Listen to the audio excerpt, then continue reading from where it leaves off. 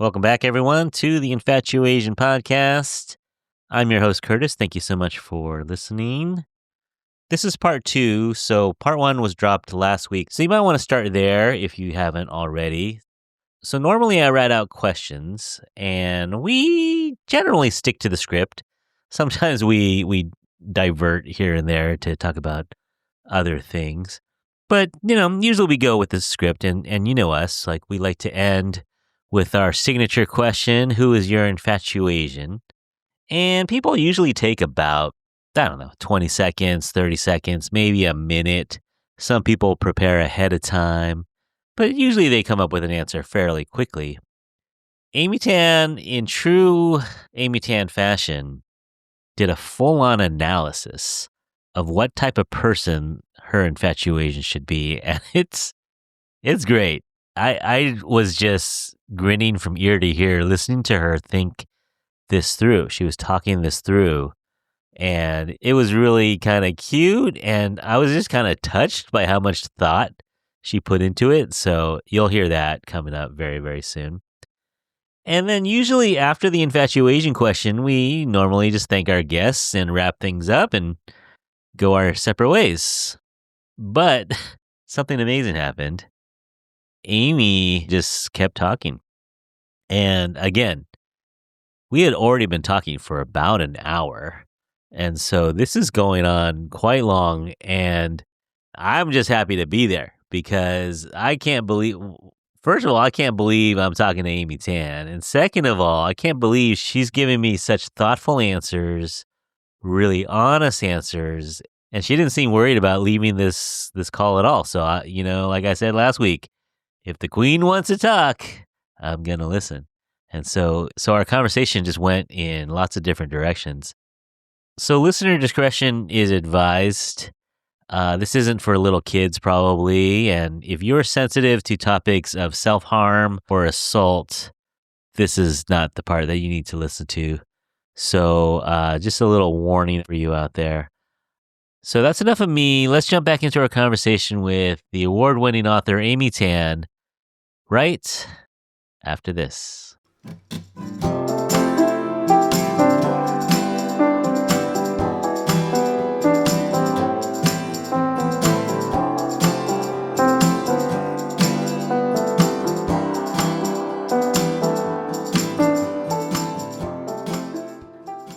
I have one story for you, and I'm a little jealous of you, and I'll tell you why in a second. So I was a theater major in college, and in the early 90s, there was an open call at the Asian American Theater Company for extras for a little movie based on a book called The Joy Luck Club. And I went down, they said, we want Asian males to be extras in this film. And I went down there, and I didn't get it. So I'm jealous that you got to be in The Joy Luck Club.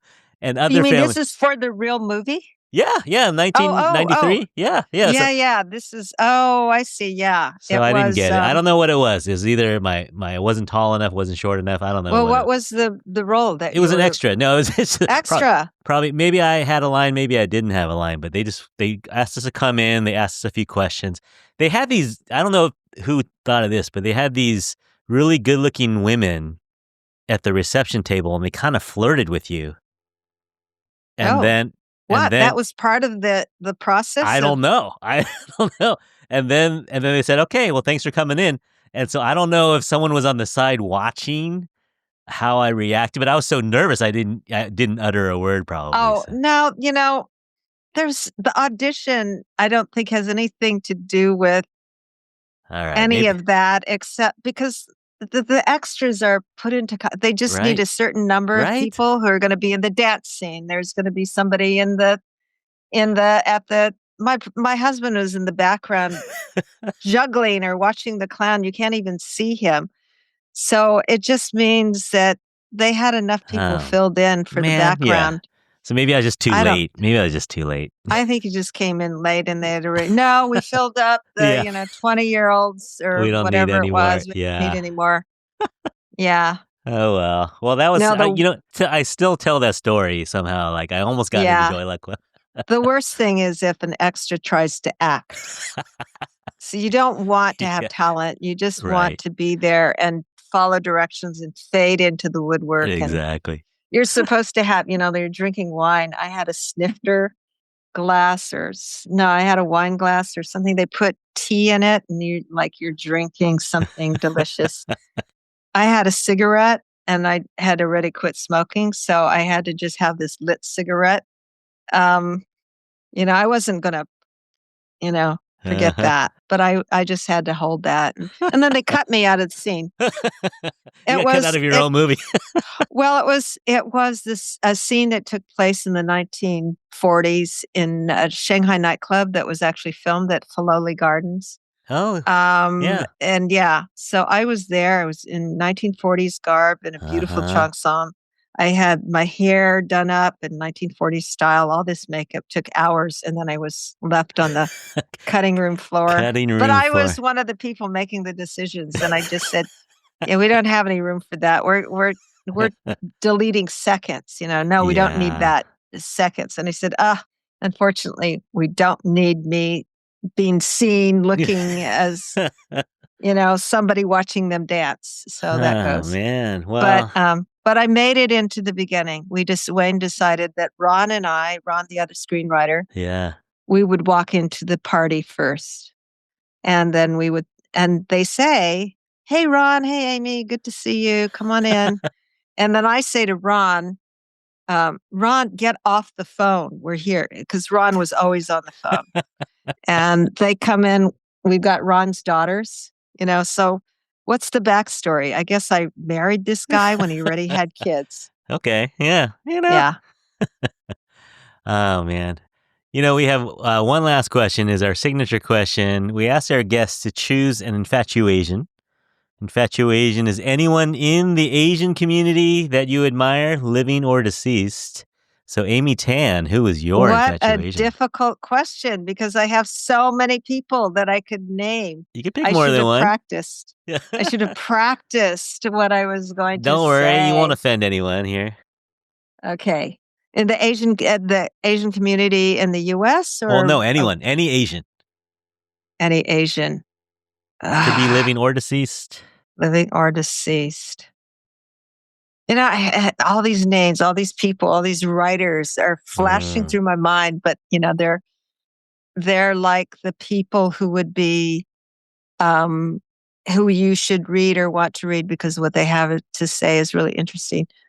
But one overall person who I would choose, who would that be? Because it can't be just books that they do.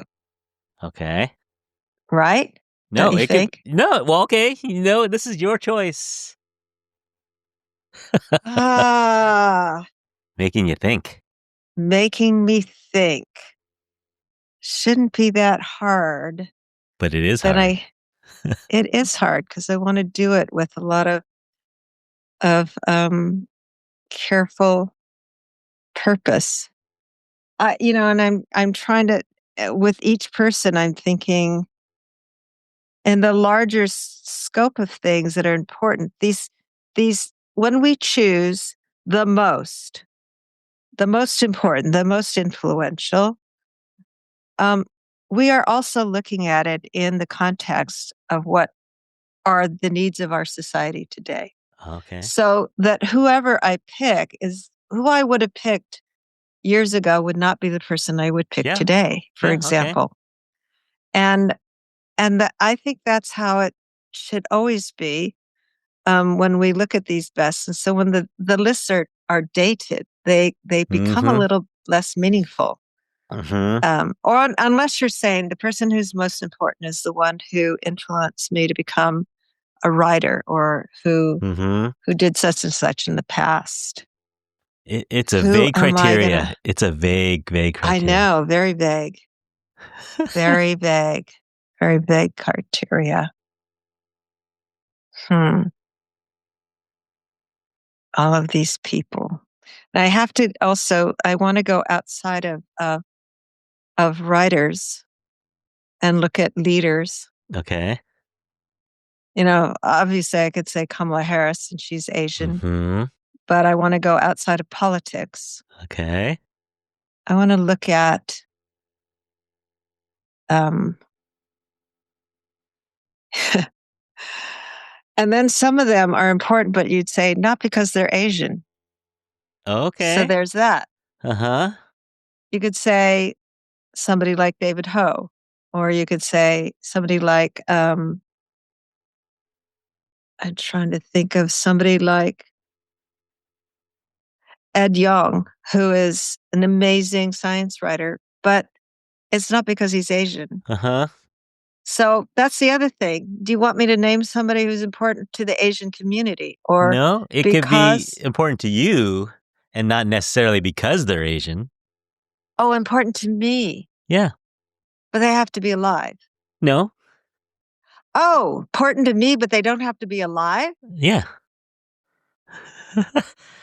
Well, obviously, it's my grandmother. Ah. I have written to her. All my books have been written to her. Uh-huh. She's always present when I'm writing my novels. Yeah. She's the person when something weird happens, I wonder if she's trying to say something to me. Uh-huh.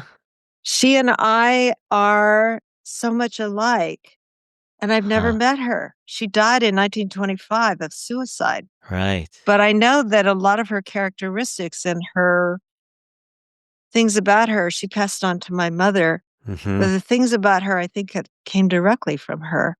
And I see it in the pictures. I see characteristics that are mine, and they're not in my mother. Mm-hmm. My mother used to ask me when I was a child, and my mother thought I was just a really troublesome girl. She'd say, "Are you my mother?" And it's because I said something or did something that apparently was exactly what her mother did.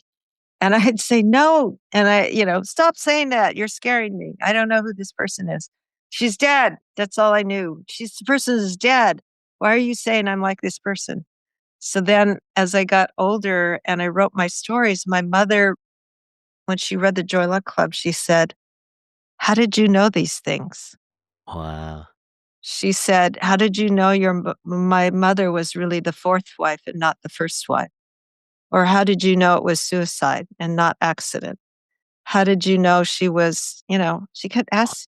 And she said, so now she thinks that, again, I'm her mother and that I wrote this because this is what happened to me. Wow. Or that her mother is occupying the computer. She'd go up to the computer and say, "Are you there?" So I don't know. I've always had this feeling that she's around me and that very much a big part of her is in me. Yeah. She killed herself for her lack of women's rights. She didn't get to decide how she was going to live, where she was going to live, who she was going to marry. What she should do as a proper person. She suffered the shame, the indignity of becoming the fourth wife. She was widowed and she was forced to do that. And she's so important to me.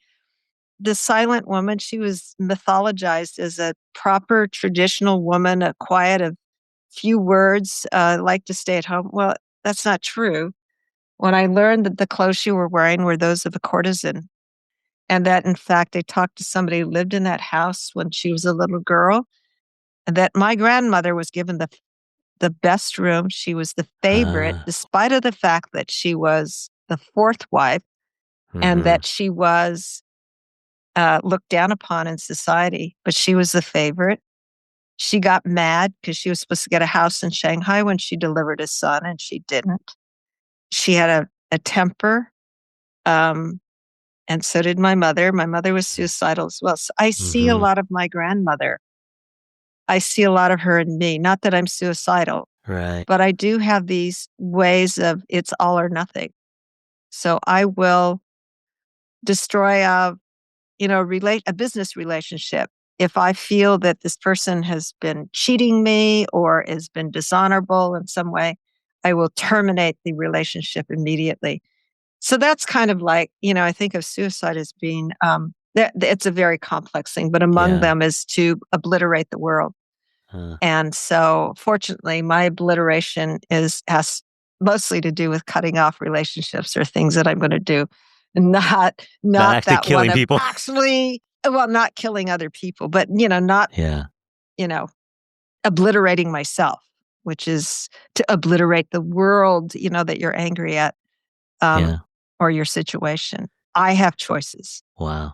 I have choices, and I'm reminded of that all the time by my grandmother.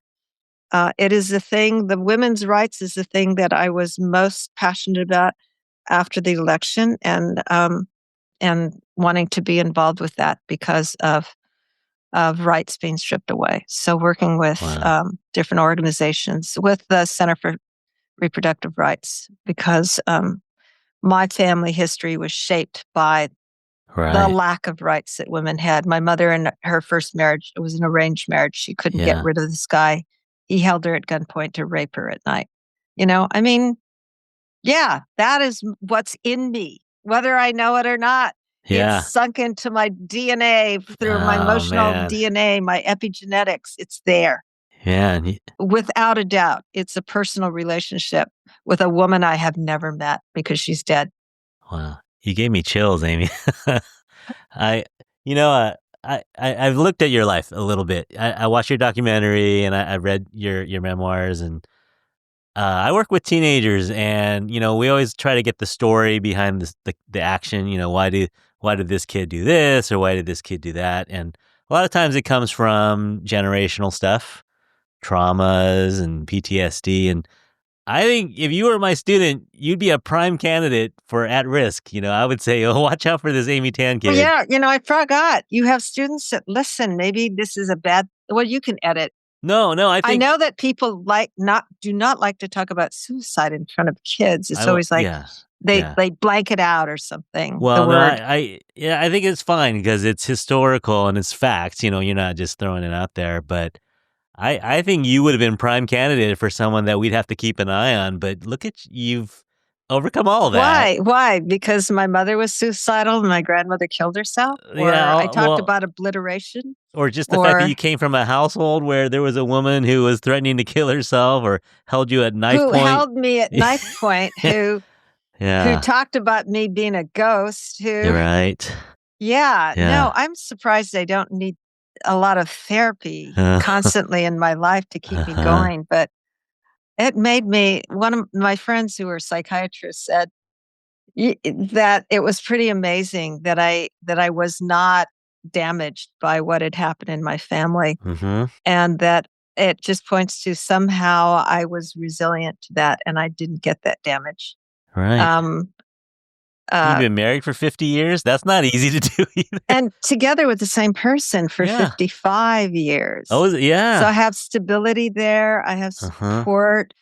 I have autonomy. I'm very, very lucky, not just because I have owls. I tell myself I'm lucky every day that I have this guy in my life, my husband, who is so supportive of me. And, I'm not, he's never been insecure, so he doesn't have to put me down like some people might. I've had people who changed, who felt they had to put me down to keep me in my place. When I did nothing. I'm not trying to be a famous person, but they'd want to read bad reviews to me, that kind of thing. But Lou I'm the same person. I'm just as boring as ever. I'm just as, he can not pay attention to me. He can not have to listen to every word I say. I'm just a normal person to him. And he's so kind, so I'm very lucky. Yeah. That we got together when we were very young, and we're still together, and we grew up together. Amazing. But that is a kind of luck as well. Yeah. Well, I hate to disagree with you, but you're not boring and you're not a bitch. Oh, I can be very boring. Let me tell you. Lou has one of his jobs is to say to me when I get obsessed, when I'm angry about something, after a while, he'll say, "Let it go, Amy." Now, that would infuriate me if I had not asked him to do that ahead of time. He knows that I'm winding up and getting worse and worse. There's one thing about getting it out and saying, "I'm pissed at this person because they did this." And there's another to go on and on and on and on, which is what my mother did. And it drove me crazy. And I said, don't let me be like her. I said, you say after a while, let me get it out a little, and then just say, let it go, Amy. And then, oh, yeah. Okay. And then I'll say, just one more thing. And then I'll get it. And then I let it go. I have to really like tap it down. It's kind of like people addicted to cigarettes or something. You just one more drag. It's okay.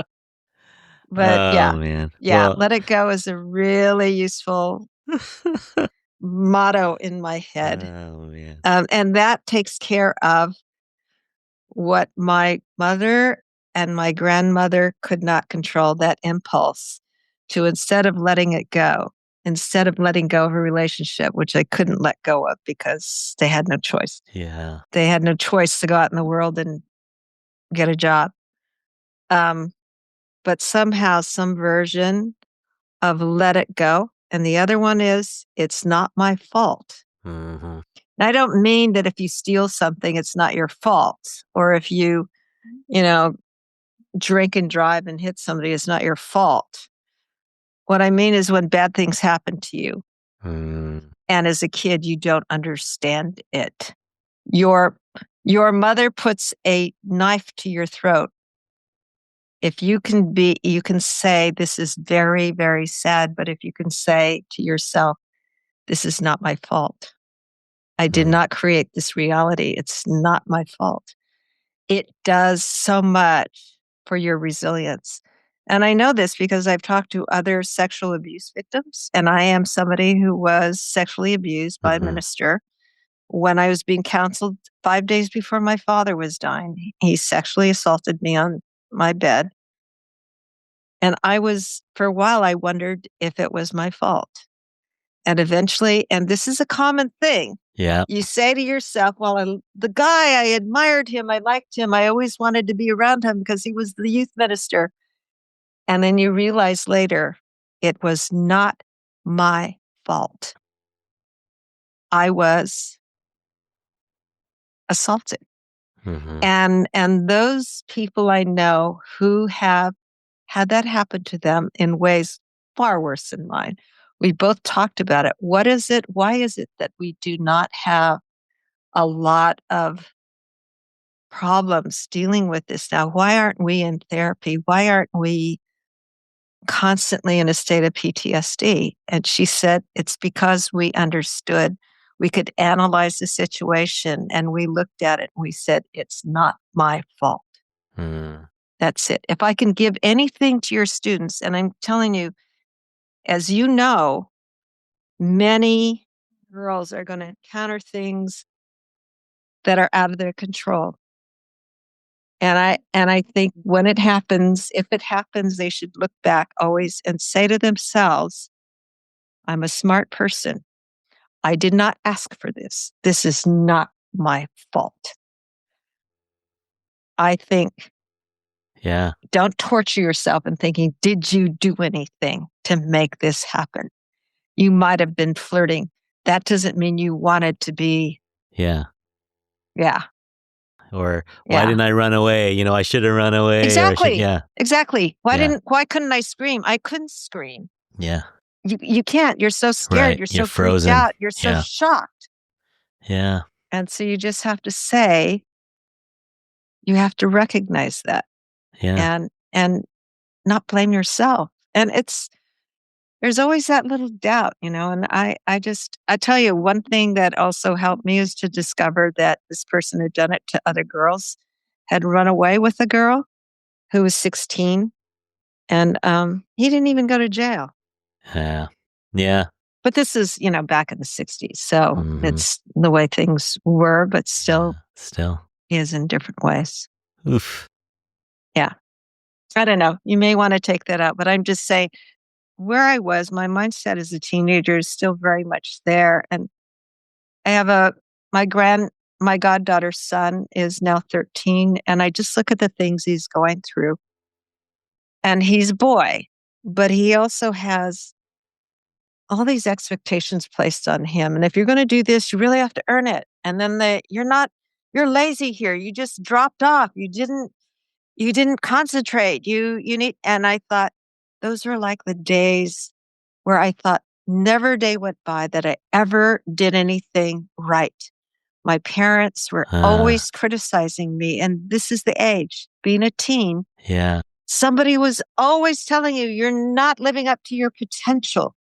And it's like, it's such unhappiness. And so she and I, the mother and I, talk about this, like, what can I do?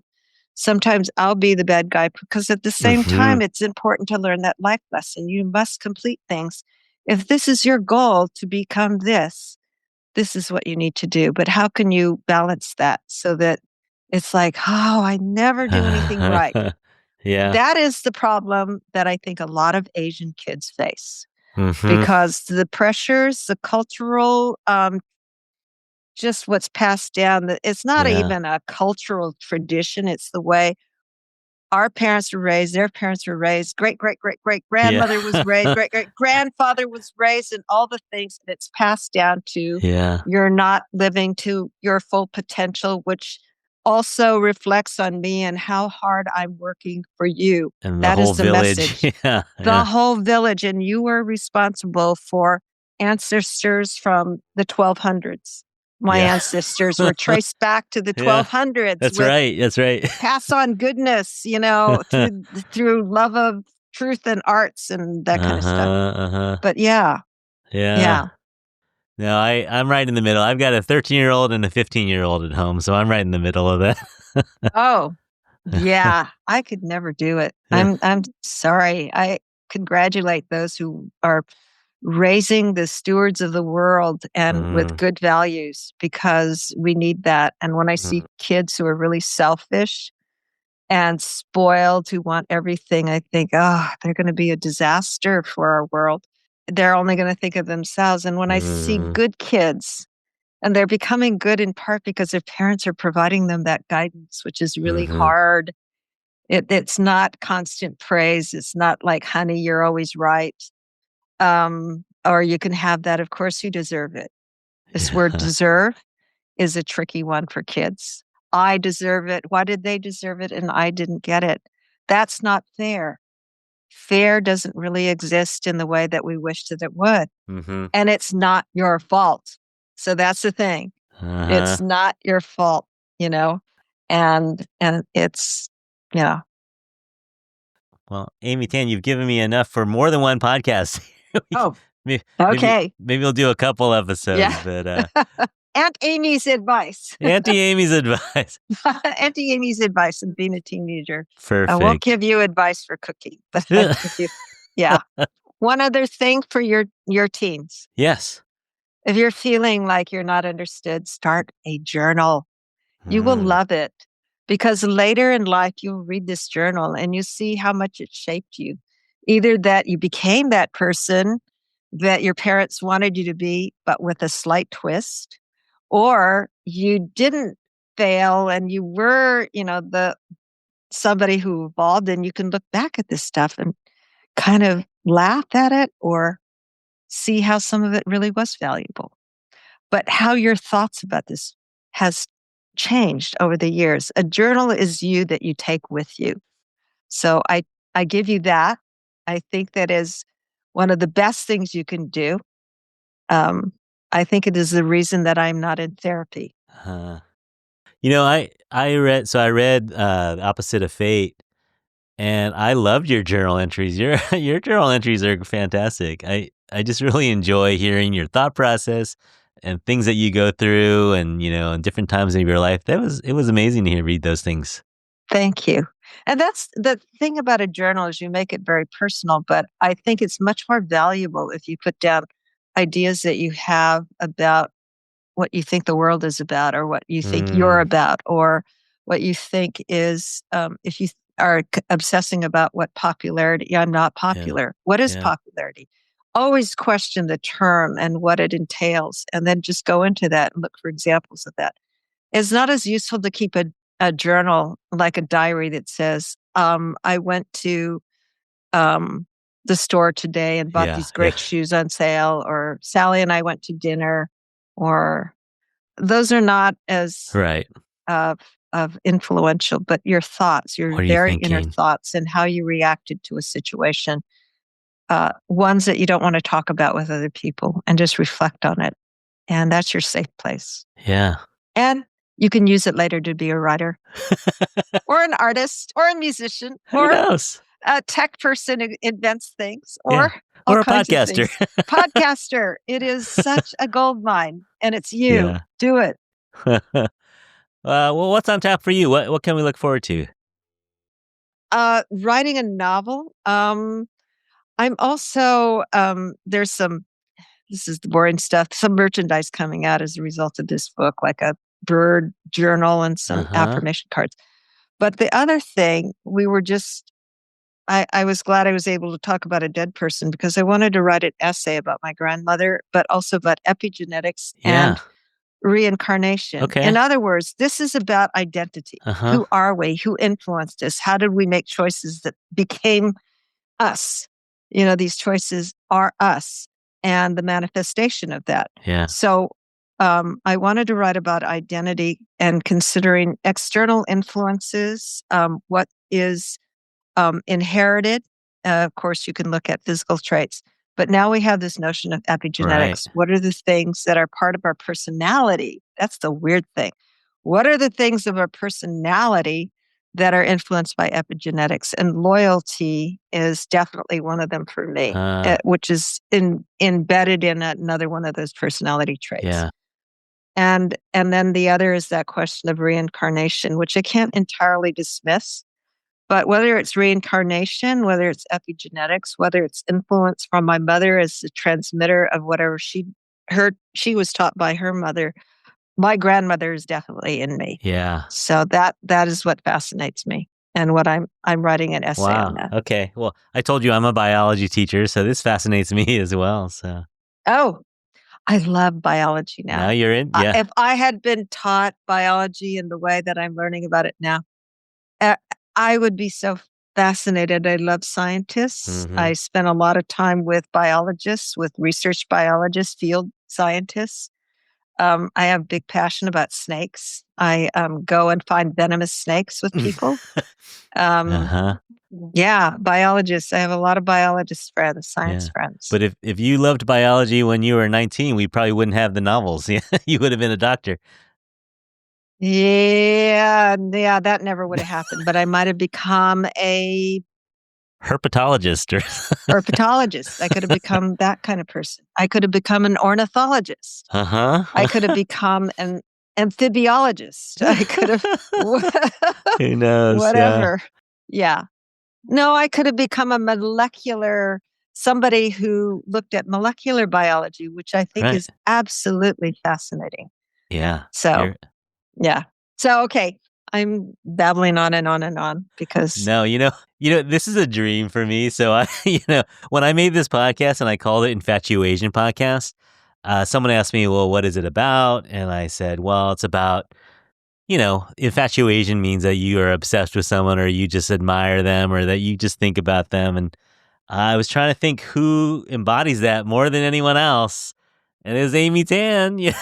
Well, because here's the thing. How many people could you say my 15-year-old daughter, my 55-year-old colleagues, and my 85-year-old mother would all know at the same time? Like, how many? Your daughter was forced to read something of mine in school. Fish Cheeks. She had to read Fish Cheeks. But yeah, I work with teenagers. They all knew you, and my mom, of course, knows you, and all my friends know you. You're one of the ones that transcends so much for us. So it's such an honor to speak with you. So you could babble on as much as you like. Well, I admire what you're doing. When they said that you were doing this and you also teach at high school, and there was one other podcast I did for, usually these podcasts are like, we have 100,000 listeners or 3 million listeners or whatever. But it was a kid. He'd only done podcasts that had like 3 likes, and one of them was his mother or something. But he was a very bright kid, and he talked about it. He did one of the best interviews. He asked me such great questions, and at one point his equipment failed, and then we jury rigged something. But He did a great interview. And Yeah. I don't know whether, 5 people saw it. It didn't matter. I just was so impressed that he was doing that. And he's Asian too. Yeah. But See, you're always helping the underdogs. You're always rooting for the underdogs. not always, because they're, I'm not a heroine type, but I do admire. I'm going to an event tomorrow to benefit kids, play marin for kids. Getting lots of kids to play together in a way, but it's an adult party we're going to hula hoop and we're going to do other stuff. But I donated copies of all my books to there. I said, "Do you have a silent auction?" And my friend is part of this. I said, "Do you want me to donate anything?" She said, "Well, do you want to donate the bird book?" And I said, "I can donate all of my books if you want." And she's like, "Yeah." I said, "I will donate hard copies of all my books." Oh, and nice. I'll do it for the Bird Festival the next day. We're going there to help environmental protections. So these are the things, as I said, since the election, I've always done this, but now I'm much more conscious. So they didn't ask me, and they didn't have a silent auction for the environmental group for the Bird Festival. But I said, "Are you doing a silent auction? You're short $2,000. You want to have us help you raise that?" I said, "I can do a silent auction of all my books, personalized. And we can also do another auction that is birding with Keith Hansen, who's this incredible bird artist, bird guide, either in his backyard. He has seen the most number of birds of any one place in a, backyard, or my backyard. So, and we auction this off. And so that's easy for me to do. Yeah. But again, it's like doing something. Got to do something and figure out what it is. Anything. I mean, all of us can do something that makes us feel we're doing something. Yeah. And not just sitting back being helpless and hopeless.